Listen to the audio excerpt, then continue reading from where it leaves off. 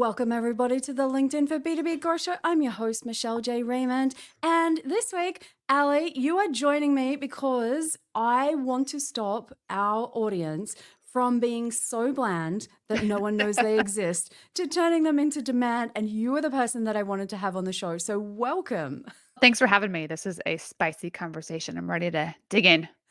It is. I like a little bit of spice because I think what's happening is when I scroll my feed on LinkedIn, I'm seeing so much information on how to create the world's best call to action or hooks or, and it's all focused on content. And I think people are missing the point about what it takes to stay top of mind.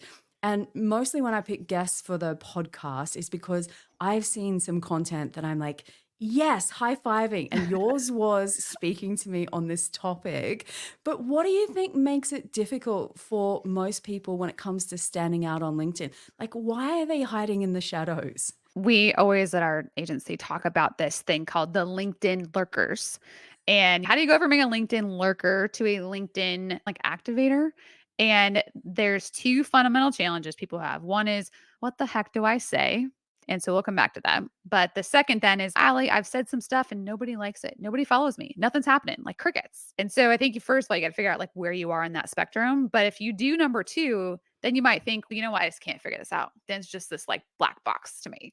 So I think those two issues are actually like the root cause of what we're after.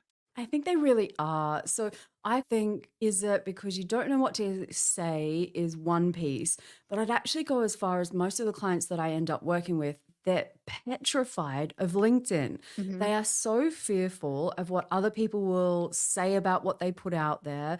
What are they going to judge me? I'm not a good writer. Maybe this has all been said before. Maybe English is a second language. Like it can be so many different things. What if I lose my job if I write the wrong thing? Like Hmm. people turn this into a big catastrophe about what might happen if they put themselves out there. Yeah. And so for me, I often have these conversations about what is it that's holding you back? Now, I've found that they have a specific fear around LinkedIn, whereas they might be really active on TikTok or Instagram, Right. thriving, but come to LinkedIn and freak out. Do you notice that with the clients that you work with as well?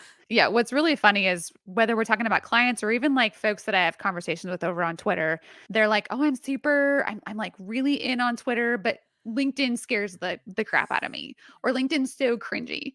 And first thing, what I always try to have people think about is LinkedIn's the biggest networking trade show on earth that's going on 24/7. So if you can visibly think about yourself at a trade show and you're in a corner with your head down on your phone. Okay, how effective are you going to be on LinkedIn if that's like visually what you're doing? You're just sitting in the corner watching people walk by, and then you're going, I should be getting more from this trade show, but I'm just not getting anything, right? Second thing, it's not about you. I mean, I think that's the biggest thing to remember is when you're on these platforms, it's not about you. Like at the end of the day, you have results, you need to get stuff, but you get what you put into it, and it's about the people you can help. So just like any marketing challenge, what are they dealing with? Who do they go to help? And quite frankly, I heard this the other day. What is the silent conversation going on in their brain right now?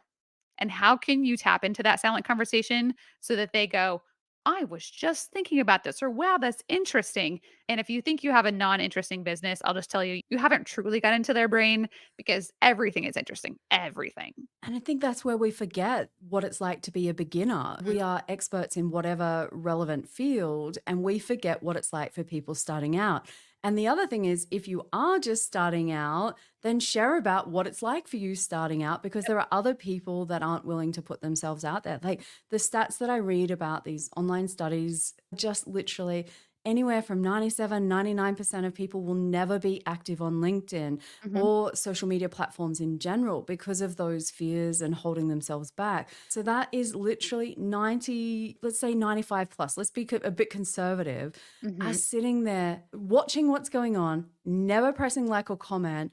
And the person that's posting is thinking they've got the problem Mhm. because they're sitting there going, why doesn't anyone like me? Why is that person beside me getting way more likes? And typically that comparisonitis, when that kicks in, it just shuts people down in a heartbeat, which is another thing that I want to talk about. But we're here today to kind of help people see the value of staying top of mind because in Mhm. my mind, if you aren't that, you're invisible. And if your competitor is, guess who's getting the lion's share of the Mhm. opportunities? They are. And I don't think we can afford to just let that slide. But when it comes to social media, I think one of the things about if we want to go from bland to demand and stay top of mind, like we're talking about today, is that we have to try and stay focused on social media. Now, Mhm. you and I, before this show, we're having a bit of a giggle about the fact that we have millions of ideas. Entrepreneurs are full of ideas, social media, full of distractions. It's a bad combo. But why else do you think it's hard to stay focused on social media? I think because you don't have necessarily a goal or an initiative in place. I think even as we discuss it here, like I'm going to post 3 times on LinkedIn. Okay, that sounds great, but what if you don't even know what to say? So you might need to actually make your goal. I'm going to write 3 posts in a note this week that I can then post the following week. So you have to think about the action behind the action that makes that possible. I think that's true of all things in life. But the other thing that is challenging is if you don't have a goal of interacting, let's say, Michelle, you want to interact with 10 posts a day. Okay, go and interact with 10 and then bounce out. That is your goal for the day. Little tiny efforts then lead up to like what 50 interactions a week. That's huge. If you try to do 50 interactions in a day, guaranteed you're going to get buried, waste time. Like you got to chunk it up and you got to look at it like like any sort of business practice. I think that's absolutely some advice I want people to take note of because there's so much advice out there that it's all about bigger numbers. Use an automation tool, reach 1,000 people in a day. And I just cringe and rock in a Mhm. corner and say to people, how are you going to keep up with that? If you were to get a fraction of those to start responding, how on earth are you going to do it unless you outsource yourself 10 times over? Mhm. And so, when it comes to automation tools, they really press my buttons. But the thing that I find when I'm talking with people, they're so overwhelmed, Ali. Like Mhm. they are just going, I can't do this social media stuff. It's too much. So, do you have other little small actions that you think are good on a daily basis that are more manageable that maybe we can let people know, hey, this is more realistic. Mhm. Let's chunk it back down, like you said. But what kinds of things do you think that they could do that's more manageable? Yeah, I think first of all, the mindset that I love to share with people is think about LinkedIn like a relationship piggy bank. And it's you're constantly building your savings there so that you're able to cash in at some point and buy something. And most people are approaching it as I did XYZ and I haven't got any leads from it. Or I want to do a bunch of like direct message campaigns and see if anyone wants to meet with me. That just doesn't work. Like that formula, by and large, for most industries, I will argue, does not work. But the other thing you can think about is what are some things that people already ask me about that I can very easily pretend your LinkedIn is a cup of coffee. If Michelle, you asked me, what are the 5 questions or 2 questions people always ask you? I could tell you what those are. I think we have to remember that we're giving small bits of wisdom to the marketplace. And then if you analyze how that goes, you will naturally like you could post the same thing every once a month. And quite frankly, social goes so fast, no one would probably realize you're doing it.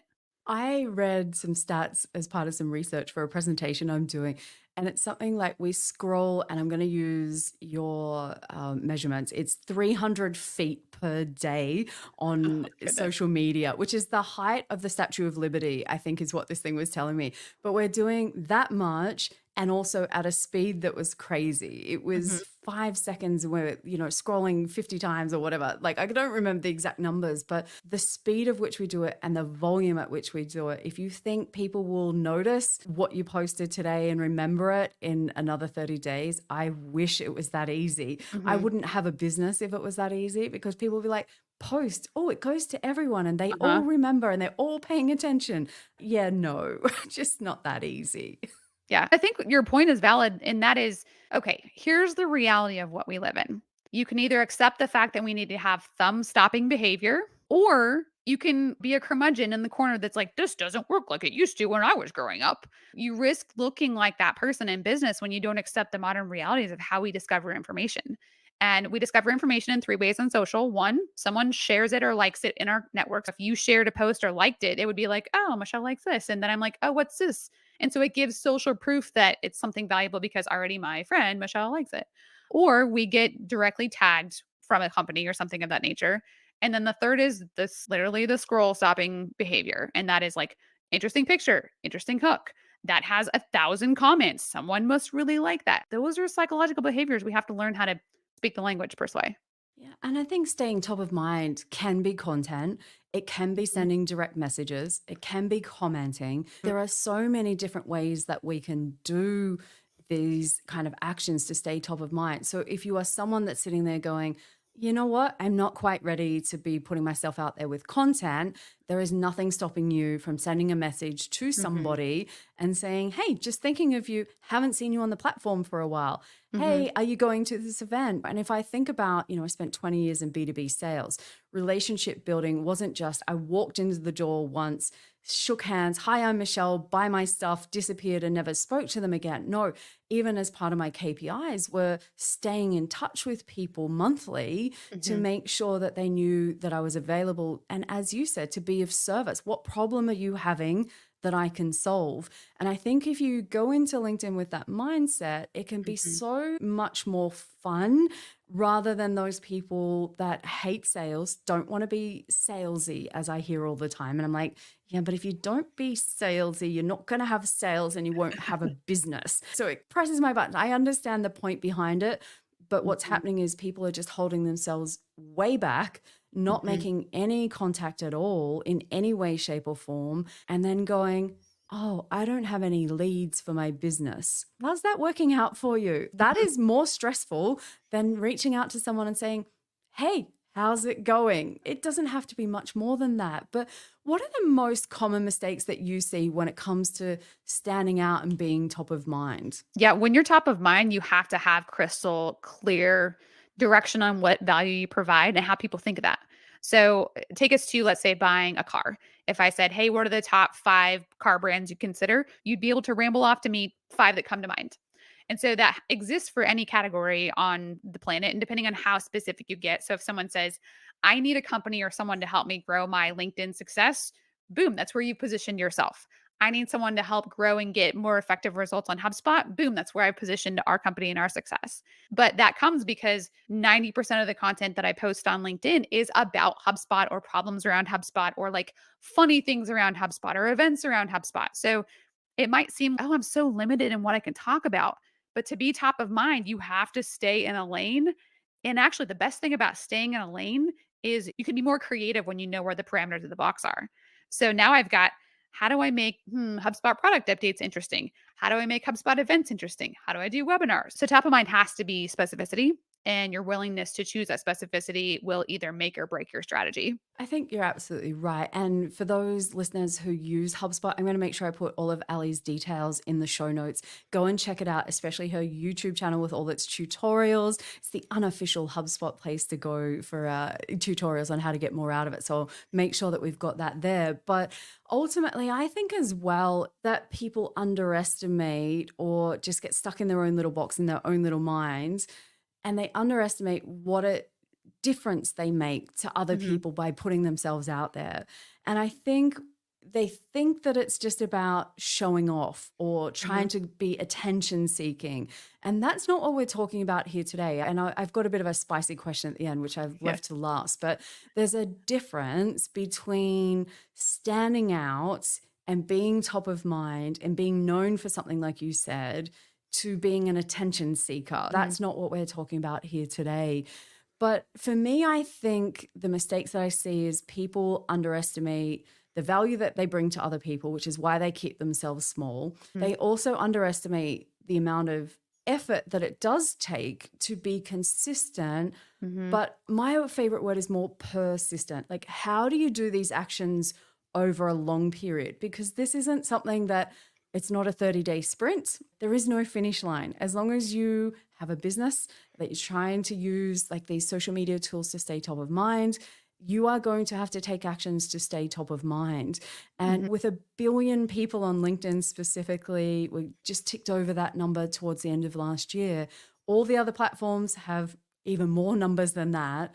Then Mhm. what we're looking at is how do you be that person that stands out? And I think there's a place for everyone. It might sound funny to say, oh, but you just said there's 1 billion people on the platform. And Mhm. then I said there's a place for you. Why? Because we're all so unique. And I think that's the message that I like to try and convey to people is everybody is so different. Like doesn't matter even if we talk about the same topic, we don't have the same experience. But is there anything else that you wanted to add around some of the common mistakes that you might see around this? I think you hit the nail on the head that consistency is I always call that the unsexy part of marketing. And so much of our success is actually due to our ability to stay consistent. I'm working on a podcast episode right now about trust and consistency. So I positioned it as this: imagine the person that you value, and then imagine someone that you don't trust. And if you look at their behavior, typically people we trust have consistent behavior. People that we don't trust are inconsistent. We can't depend on them. We don't know what's going to happen. They're being shady. And in the absence of a story, people make up their own story. So if you are consistent on LinkedIn for a month and then suddenly you fall off the radar and you don't post anymore, the first thing people do is go, wait a minute, is she still doing that thing? What's going on with her? Is she at that company anymore? And the last thing you want to do is plant a incorrect story in someone's mind simply because you gave it a shot and then decided you weren't getting stuff fast enough and you just bounced to the next idea, which is it happens all the time. And I'm going to tell you, half of winning is literally just being more persistent than your competition. We call that here in Australia, it's the Stephen Bradbury. And what I mean by that, there was the Winter Olympics many years ago, probably 20 odd years ago. And an Australian speed skater was in a race and everybody else in the race fell over except Mm. him. And he came through and scooped the gold medal. Oh, And so man. in Australia, it's be the Stephen Bradbury. Do not give up. Just keep going because you don't know who's Mhm. going to fall over. For me, it is often not the best person, but the person that does show up consistently. And, I'm working with a couple of clients, and one in particular at the moment is we've had to put in some accountability sessions to Mhm. catch up once a month. Because what happens is when I went back and had a look at what she'd been creating, it was spike. Oh, what you wanted something from your audience, disappear, Uh-huh. spike of activity, disappear. I was like, so every time you want something, you show up, but you don't offer value in the meantime and stay top of mind. And this is what we're trying to address, that consistency of don't ever disappear, out of sight, out of mind. And Mhm. it's so hard to remember and recall people and their businesses and what they do so that whoever is that one that's always there, that's where I'm going to. And I Mhm. have it happen all the time, Ali. Like, I don't know if you can relate, but sometimes when you're like, yeah, I know that person. They do something like, what's their name? Oh my God, I haven't seen them for ages. And your Mhm. brain is like trying to recall, but we are just bombarded with information. So don't slip out of mind. I think that's such an important message here because it means that when you come on and sure, you might write a great post with a great hook, or it might be technically a great copywriting or something like that. But if you just are a one hit wonder that pops up from time to time, I'm going to say no one really cares. Why? Mhm. Because you don't care about your audience. It's Mm. all about me in that perspective. When people are starting out, what do you think is a realistic time frame to start seeing results from taking action? Because you're right, you mentioned it earlier. Sometimes what happens is, okay, Michelle and Ali, I'm going to get active on LinkedIn or Yeah. insert whichever social media platform. And they go out and then nothing happens. No one comments, no one likes, and they give up. But how long do you think this kind of process takes to start seeing results? Yeah, with folks that we've worked with, we can see results in as soon as 2 weeks if they're diligent and consistent about it. I'll say the time, the little bit of caveat in there is who is your audience already on LinkedIn and are they the appropriate people you're writing for? So, for example, there's a situation we found this last week where the person was hoping to get more views on their content, but they're writing about a very specific industry, and only 100 of their overall 5,000 followers are in that industry. Okay, so we're going to have to actually do a connection campaign to get some more folks to follow you as you create this content. And you're going to have to scale those two numbers together.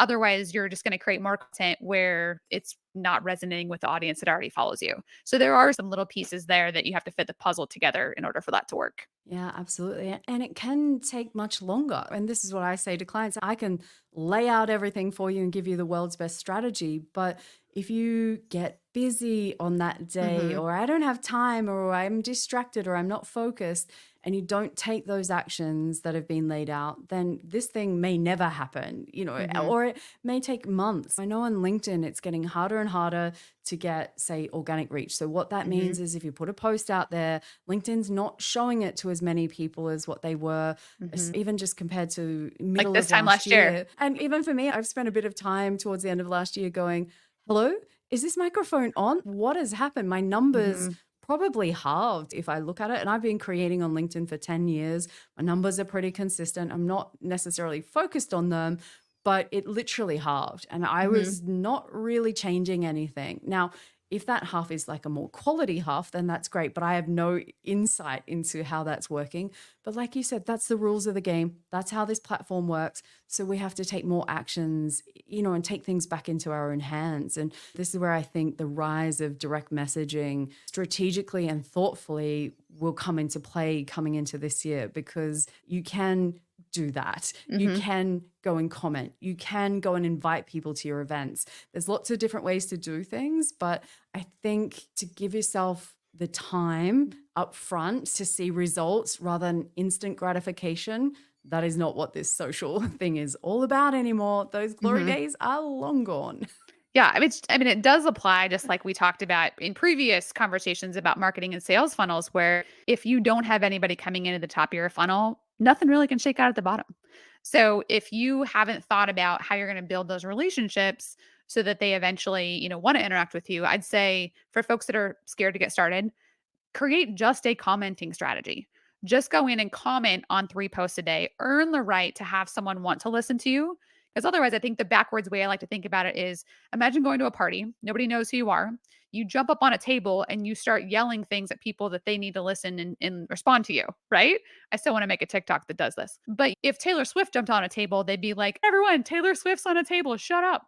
But if you're an unknown, you need to earn the right for people to listen to what you have to say, which doesn't come unless you already are quote unquote social on the platforms, hence social media. It's not called post media, it's called social media for a reason. And I had a friend of the show, Nancy Harhart, on just before Christmas, and we were talking about the law of reciprocity, which is Hmm. my least favorite word to say on a podcast. I call it, my nan taught me, what goes around comes around. Yeah. So if you give, you get. So for those of you, and I think this is for me, and apologies to some of the ghostwriters out there, but this is where I think ghostwriting falls down on a social platform. And it's not because it's not well written, it's Hmm. because the person that's outsourced themselves and the ghostwriter captures their content in a post and it goes out, but the person's not doing the work to nurture those relationships, then Hmm. that's where it's okay. So you posted, okay. And what happened? Oh, Hmm. nothing happened.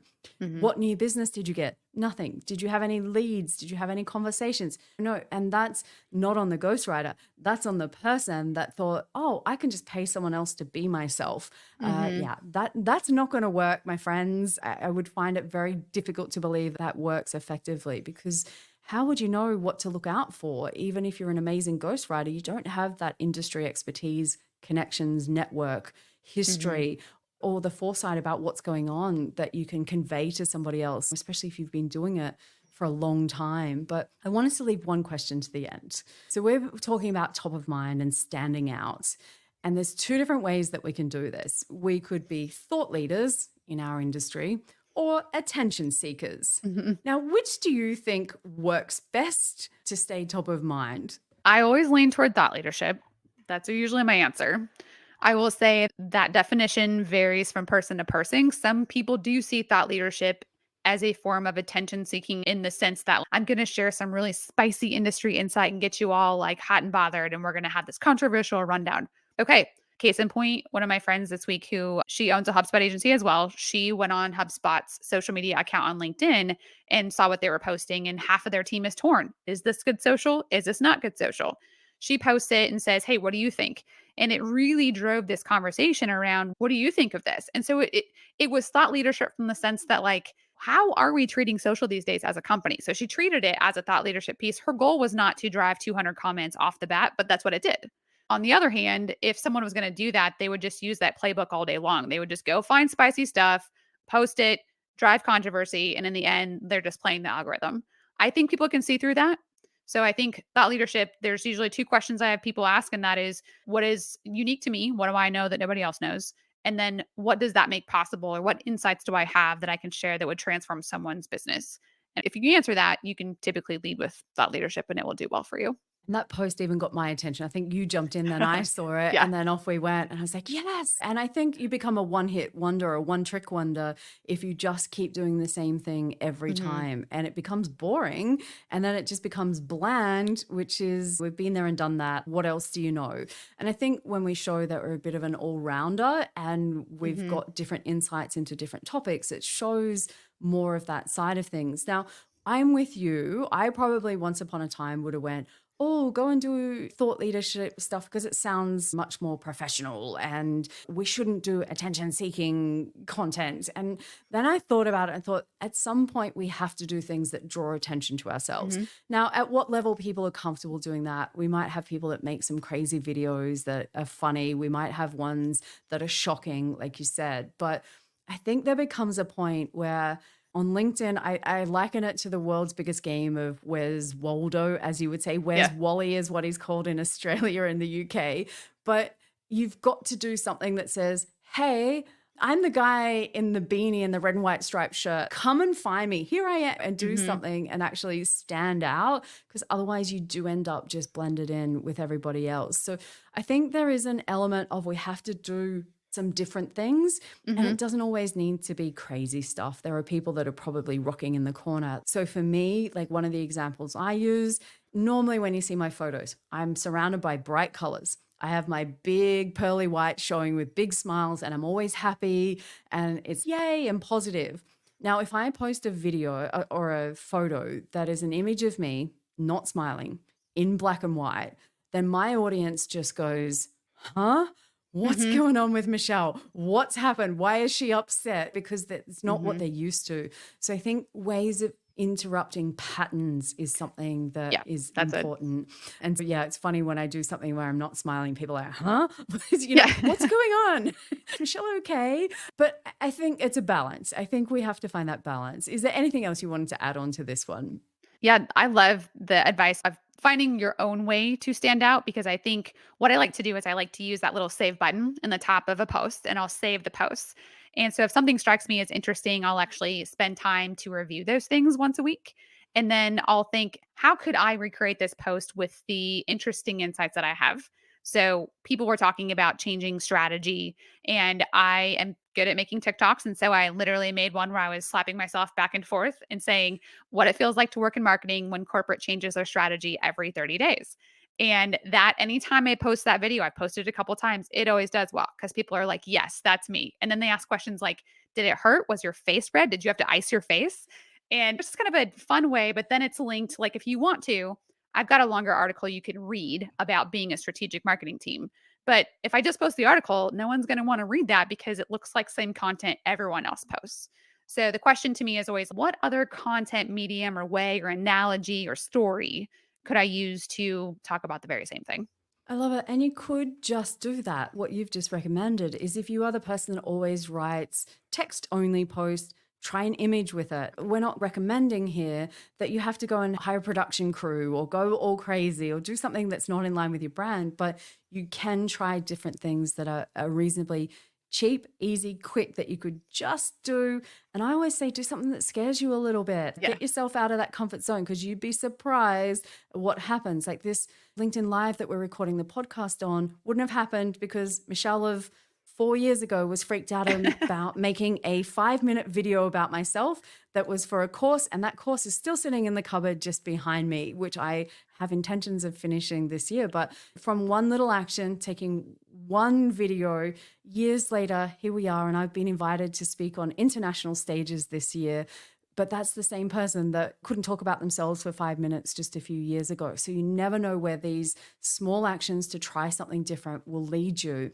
Ali, every time I wrap the show up, I always ask my guests for one last actionable tip that we can leave our listeners with. So over to you. If we want to help our audience to go from bland to demand and stay top of mind, what's an actionable tip that you could leave them with? Yeah, I've got a LinkedIn 30-day posting calendar if y'all want to take that and get going, because it's got some things in there that will help you stay top of mind. And you can find that over at allyschwanke.com. I'm sure you'll put that in the notes. And yeah, my last tip would be just start. Stop looking for perfect. Stop waiting for it to be the best.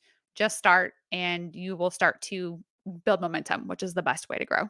It's amazing what can happen, just that one little action. So I'm going to echo that one. So my shout out to the listeners today is, what is one action that you can take today that you didn't take yesterday that might change the future of where you're going and especially help you to grow your business? So Ali, thank you for everything that you've dropped today. Thanks for coming on the show and sharing all of your knowledge. And I will be putting all the details in the show notes so people can reach out and connect with you in the different ways and platforms that you're on. So I appreciate your time.